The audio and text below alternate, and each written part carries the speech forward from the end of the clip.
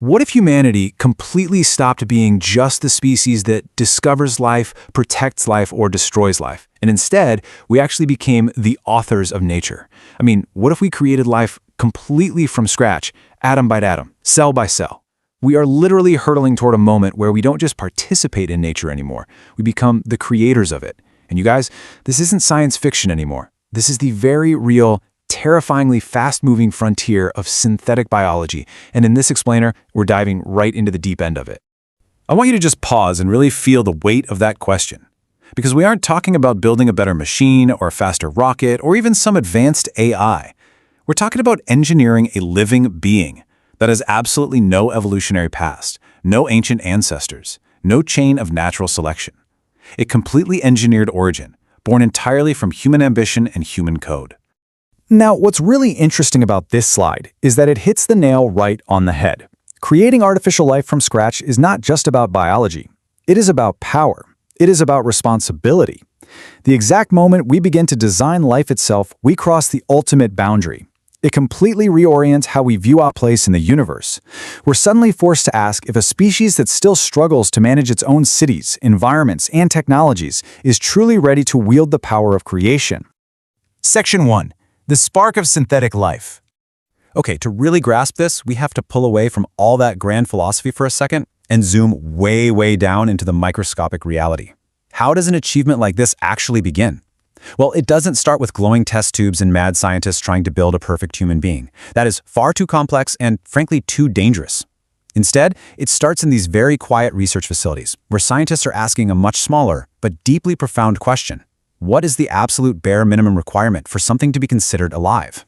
Does it just need to metabolize energy, respond to a stimulus, or simply reproduce? Section 2. The minimum ingredients of life. You see, life isn't just one single property. It's an incredibly complex process. It's a loop. It's a pattern that persists and adapts over time. And trying to recreate that pattern from absolutely nothing, it is mind-bogglingly complicated. Throwing some DNA together just isn't enough. Scientists have to literally design membranes and enzymes to protect the cell. Then they have to establish metabolic systems for energy transfer and replication. And finally, they need to achieve mechanisms for imperfect reproduction and error correction. Nature took billions of years to compress this dynamic network of matter into a working cell. And right now, we are trying to compress that exact same miracle into a laboratory timeline. So, the crucial point is that the milestone isn't just building a cool chemical machine. It's building a fully designed system assembled from chemicals, molecules, and engineered sequences that is actually capable of reproducing. The second an engineered synthetic cell can generate descendants, even imperfectly, we instantly cross over from mere chemistry into the very first spark of a brand new branch of existence.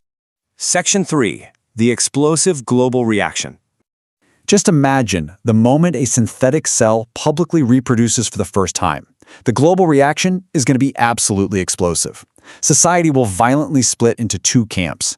You'll have the celebrators, hailing this as the ultimate breakthrough, a way to transcend our biological limits and custom-build organisms to heal the planet. But on the flip side, you'll have the horrified, arguing that we've crossed sacred moral limits, demanding to know what rights this completely unnatural creation has. And honestly, neither side is wrong. Because the second life is engineered in a lab, morality goes from this abstract academic theory to a fierce, emotional, and legal reality.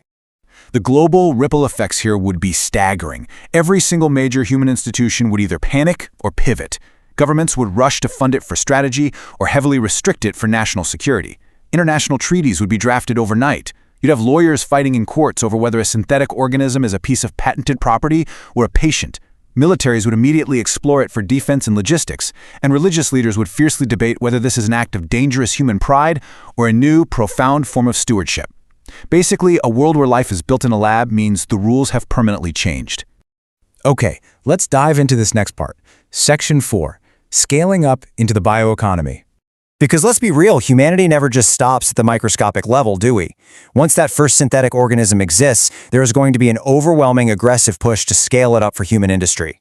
We are talking about fundamentally transforming agriculture, medicine, and manufacturing.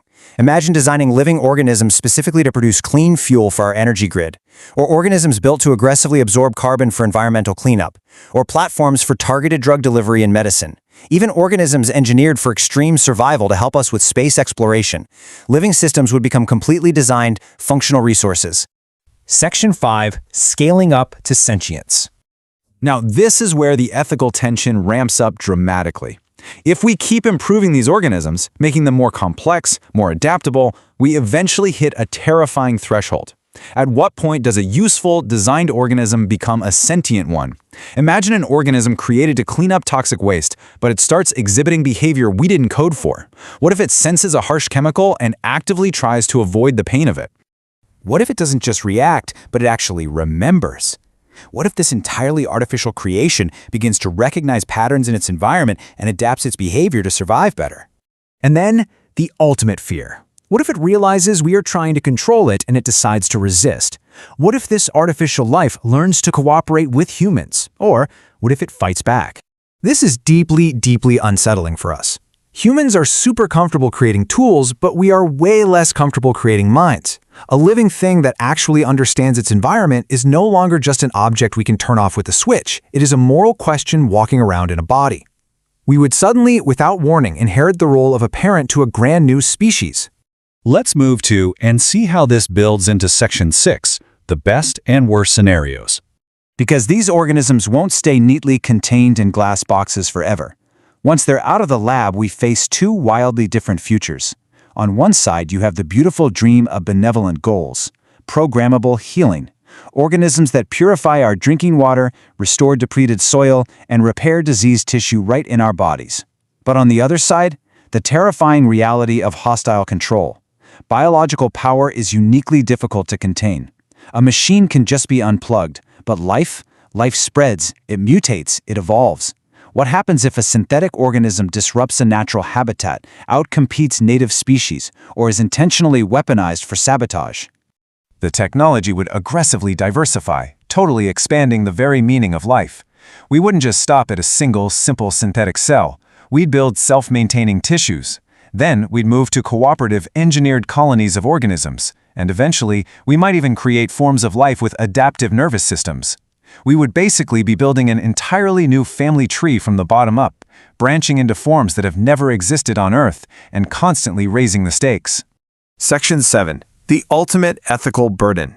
The very moment we assemble life, we inherit this massive philosophical achievement, and along with it, the ultimate ethical burden. We have to face deeply uncomfortable questions of rights. Look at these. If it can feel or learn, can it be owned like a patent? Can it be tested on for cosmetics or drugs? If it makes a mistake, can it simply be terminated? And most importantly, can it refuse a command? The line between a biological tool and a living creature is incredibly blurred here, and history will absolutely judge how we decide to answer these questions. If we cannot manage our own societies wisely, how can we be trusted to bring new life into the world responsibly? Let that quote hang in the air for a second. This entire scientific endeavor hangs on that one profound criticism. Human wisdom has rarely kept pace with our technological power. If we are still battling inequality, greed, and conflict every single day, are we truly wise enough to be trusted as creators? That right there is the ultimate boundary of human ambition. Because creating life isn't like building a machine that just serves a function and stops. Life continues. Life adapts. Life matters. And eventually, life asks questions back. Will this prove how powerful we are, or how responsible we must become? The choices we make in these quiet laboratories today will determine if our greatest invention becomes our highest achievement or our most devastating mistake. So what do you think? Are we ready?